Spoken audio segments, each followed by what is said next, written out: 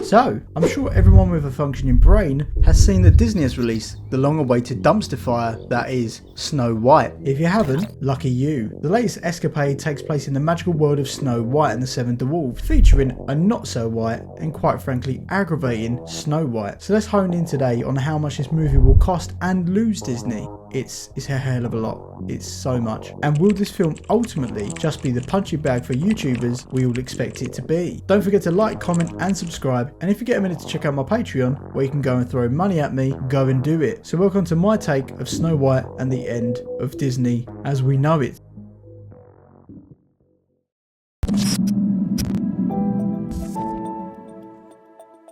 In true Disney form, you can already guess how ridiculously insane the budget is for this film. The big mouse upstairs just doesn't know when to stop spending, and while it is hard to pin down an exact amount, the estimated budget is expected to be somewhere in the realms of 240 million and 270 million. But for these estimations, I do need to add a little caveat. As far as we are aware, these numbers do not include the multiple reshoots and rewrites they've had to do during the process. And yes, can you actually believe these awful looking CGI dwarfs cost more than 10 quid? Honestly, by the looks of this film, I've actually seen better projects produced by GCSE students. That's like high school for the Americans. So how much is this film projected to make at the box office? Well, as these ever deflating numbers go, the current estimation is between 48 and $58 million, which for anybody that was in bottom set maths like me, those numbers are definitely less than 240 million, by quite a lot actually. I have done the maths. In fact, I even made a little chart which shows the difference. Can I be the CEO of Disney now? So heading back to the costs of the movie, as many of you already know, the production costs of a film are not the only costs we need to look at. Again, all of this is made from loose estimation of what a similar film would cost in marketing. Well, when it comes down to marketing budgets in Hollywood, it is typical to see that the marketing budget could be from 50% of the production cost or even matching the production cost. There are also some other generalizations like 3 times the production cost, but with the marketing we've seen from Snow White, I can't imagine it's that high. So I think a reasonable prediction of 50% production cost is probably more of the ballpark figure we should work towards. So using that rule of thumb, that would put us on the low end of the entire cost being $360 million, with the cost of marketing being $120 million on its own. What a waste of money. I could have put that on my mortgage. So now heading back to my trusty chart, this is now the difference between the projected numbers and the costs. $312 million. That's right, they are predicted by my numbers to lose $312 million in the first quarter of 2025. Another home run for Disney, but let's have a look at some prior events that led to this abomination.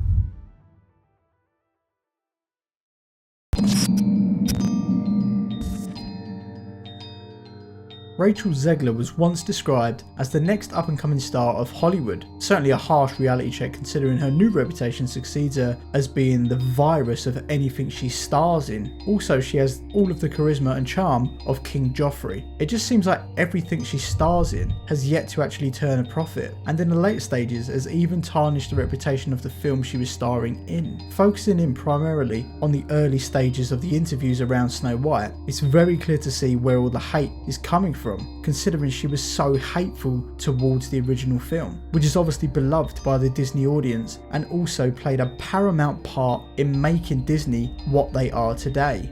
Throughout the marketing of the film, every single time she's gotten behind the microphone, Zegler has managed to find a way of excluding another portion of the audience, especially when she's trying to bring them in at these events. And that was only exemplified during the US political election, where she said that any Trump voters should not find peace in their life, and to hit the unfollow button as she doesn't need their business, which hilariously has led to Zegler nosediving her own career. So whose business do you need now, sorry? On top of everything she was saying about the movie she was about to star in, she also gave her political opinions about the Israel and Palestine war, of which her co-star Gal Gadot is a supporter of the other side. Kinda makes for awkward viewing, right? Considering these people probably cannot stand each other in real life. But bringing it back to Snow White's movie, her comments, which are pretty well known by now, rubbed the public up the wrong way, as a lot of people felt she was attacking their childhoods and an amazing traditional movie that millions have enjoyed for decades. You know, the original cartoon came out in 1937, and very evidently so. There's a big focus on her love story, with a guy who literally stalks her. Yeah. Weird. Super weird. So we didn't do that this time. I think I watched it once and then I never picked it up again.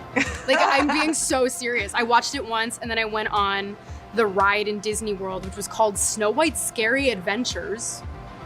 Doesn't sound like something a little kid would like. Was terrified of it.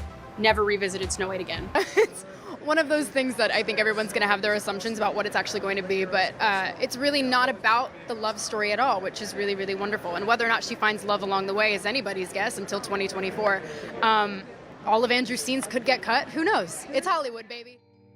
Her general demeanour feels so arrogant, like her opinion is the only opinion that can possibly be held, with a total denial of what the vast majority of the world believes. She comes across as someone who has had her hand held her entire life and only exists in this echo chamber called Hollywood. Another issue people have with the casting is obviously the way she looks. Snow White is supposed to be as white as snow as per the original story, and on top of that, the stark comparison between Rachel and Gal has been brought up in terms of standardised beauty, with people saying how can Gal's character be jealous of Snow White's beauty when she's clearly traditionally more beautiful than Rachel Zegler. So from this it's pretty clear to see why one of the largest factors for this movie failing is Rachel herself, the star, Snow White apparently. And on top of that, they go and give her f***ing Lord Farquaad hair. I mean, come on, why kick the girl when she's already down?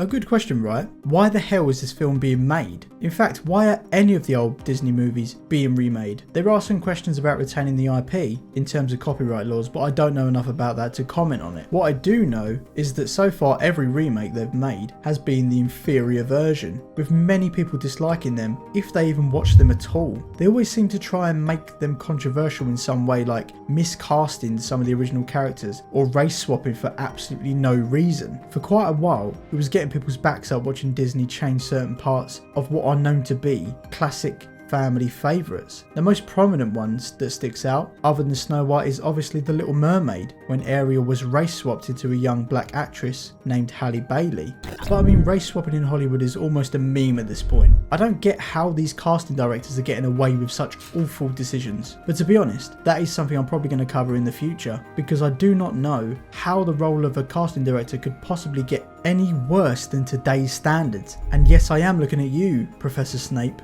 So back to the original question of why do we think this film is being made? Well, the obvious answer for a business to make a film should be money. But if they're set to make absolutely no money, or even lose a hell of a lot, then why are they releasing it at all? Why didn't they just can it before they sunk 300 million into a failing project? Well, as we know, Disney is being run by people such as Bob Iger and Kathleen Kennedy, where they've expressed multiple times that the message is to come first by any means necessary. And if they were to cancel this film, they would almost see this as a victory for the right-leaning side, or even just to people that live in, you know, the real world. So looking at all of the above, this film seems like it's Disney's back to form, as the reviewers like to say, as they continue down the pandering pathway, and yet again, this film will go down as another chink in the ever-diminishing armour that is Disney.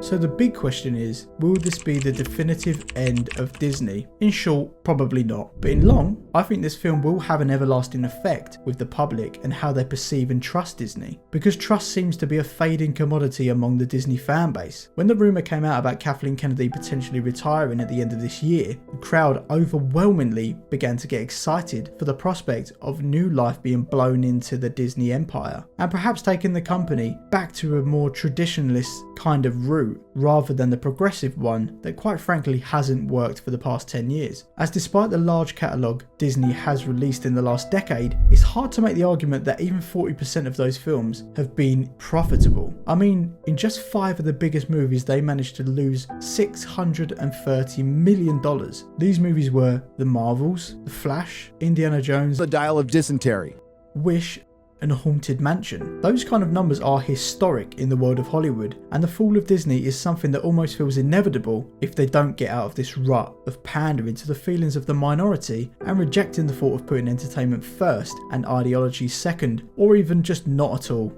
When most people sit down and watch a film, especially aimed at families, they just want entertaining and good reliable films that don't take themselves too seriously and don't try to give out lectures on how we should all behave in the world because some rich person from LA told me to. It almost seems that the quest for diversity, equity and inclusion has destroyed all traditional talent within the Disney company. A lot of the stories that are coming out of Disney films today, in my opinion, are not representative of the world we live in, despite what Disney may preach. If you listen to what Disney preaches, they want to force you to believe that the traditional family is a bad thing and the white straight male is the root to all evil. Whether Disney likes it or not, the typical family, not just in America but the world, does not agree with their strange, mixed up ideologies and choosing to reject these kinds of beliefs when faced with them by simply voting with their wallets. When it comes to children, parents should have the opportunity to be able to bring up or teach their children about these issues at the right time. And I believe that's where the problem lies. The hive mind at Disney seem to believe that no matter the age of the children, these issues are to be preached wherever possible, and that they somehow hold the moral compass in life. As a parent myself, I don't believe children of a certain age should have to worry or think about these kind of complex issues. When I was a kid, it was far more simple